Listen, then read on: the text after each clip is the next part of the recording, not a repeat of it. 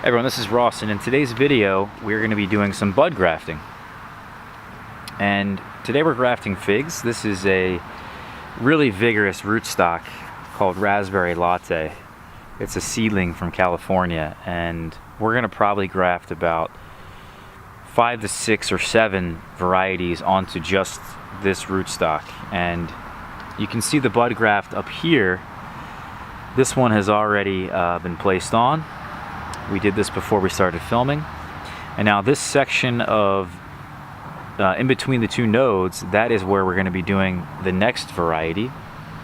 And behind it, you can't see that yet, but we'll take you guys off the tripod at the end. We're going to take you guys around and show you some bud grafts that have taken on some of my fig trees last year and what they look like today, a year later.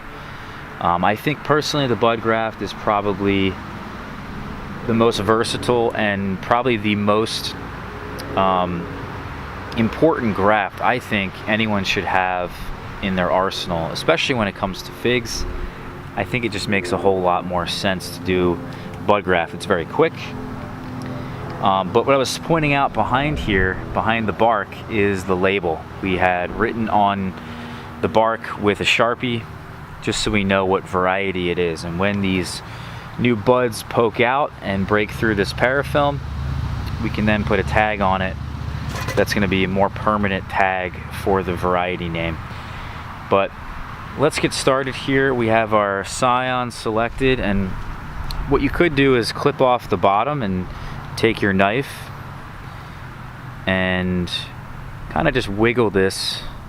You want to keep your blade very straight, and then just kind of like this, take it off. And that's one bud right here that we have. And you can see that this is very flat. Put this down. It's a very straight cut. There's no grooves, there's no angles to it. It's just very flat. And also we're getting the cambium here, which is what we want. We want the cambium to make contact with the cambium on the rootstock. So that's one bud. We're going to do 3 buds. Another method here shown by my buddy Jamie. He would make a cut like that and then come in here like so and get himself the bud that way. And that will expose some of the cambium down here, which we'll show you guys in a minute why that can be important. Personally, I don't think that's the way that I like to do it. So I'm going to come back down here again as we made this cut. And then we're going to again use our knife and come in here and create the new bud, or take off the bud, I should say. Again, very straight. It should be very straight. We'll do one more. Now, if you just stick your blade in there and put some pressure down and only move one hand, you're hopefully going to get yourself a straight cut. If you move 2 hands, you're going to have more margin for error.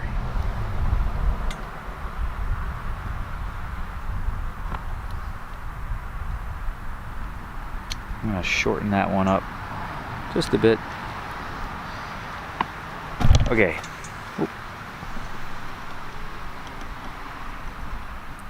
So then we're going to now, and this is kind of what is leading into that thing that I was talking about. We're going to make these little slits in the bark.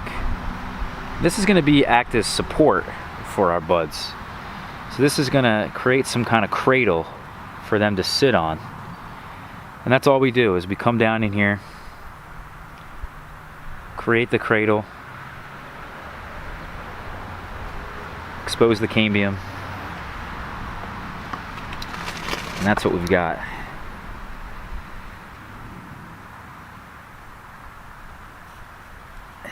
It's really that simple.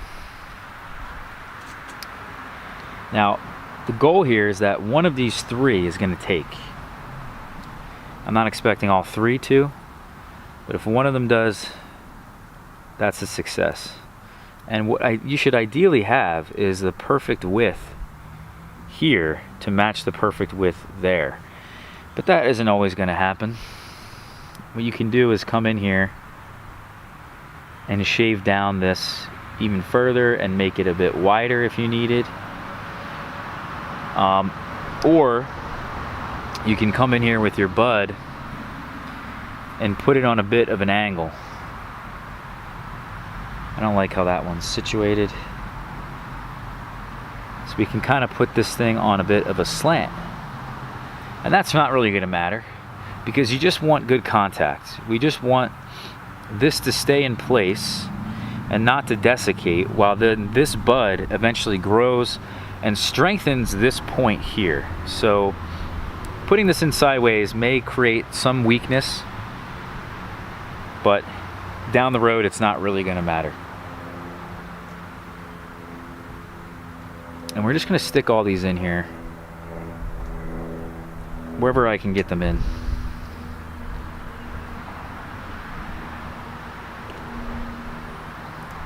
Now, if I was doing this without filming,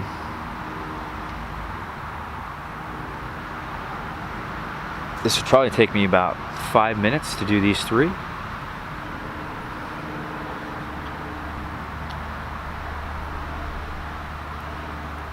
Ideally, you should have a flat surface as well, and that your graft should be indeed flat.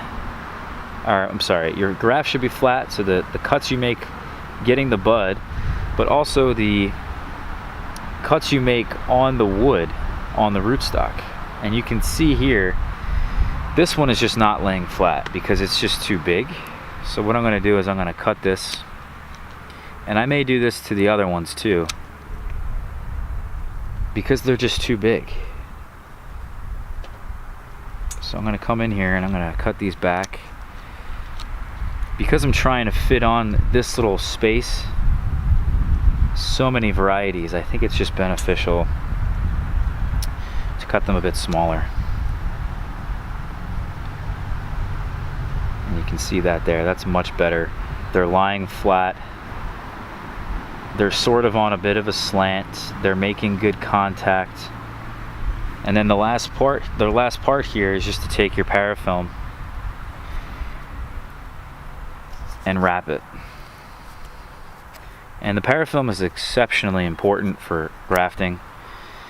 I personally think that if you're serious about growing fruit trees, you should just have parafilm on hand at all times. There's so many uses. I just think it's so versatile, and it just really helps with weird little things that may come up, weird little situations.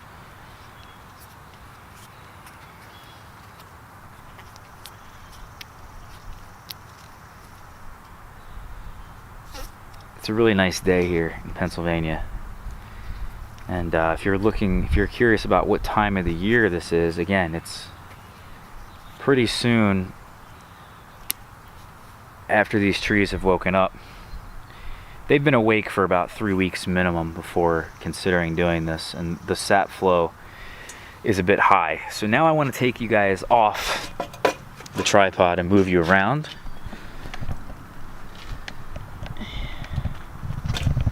And you can really see in here on the back, see we have this labeled here, that's the variety above. And you can see it's gonna leaf out in this direction towards that way, whereas this one's gonna leaf out towards us, again with the label on the back, but actually we can't even see it. So what I'm gonna have to do is come in here and label this with the Sharpie or a paint pen right over top of the parafilm. But the ideal goal here is that this one's gonna leaf out this way, this one's gonna leaf out towards us, the next one's gonna leaf out in that direction or even in that direction. And that's kind of what we're doing. We're forming the scaffolds right now. We're forming that permanent structure because all we have is a single stem whip. So this whip's actually about 2 or 3 years old now, so we can do kind of whatever we want to this and form it in any direction we want, because what it used to look like, this whole piece here was on top, and this is all that branching that we cut off. So we're kind of starting over. We're also doing this not only to have many varieties, but to also reduce the height on that particular tree. It was probably the tallest tree I had. Again, raspberry latte is just very vigorous. Now I want to show you guys some bud grafts we did, if I can find some here. I know I have quite a few in the greenhouse. Let's see. Now you can see a lot of them I've been using clefts. And here's the scar there. The cleft graft forms real nicely, but it doesn't always work. It doesn't always make sense to use it. There's one in particular here I'm looking for. I don't remember what I did with it. Oh.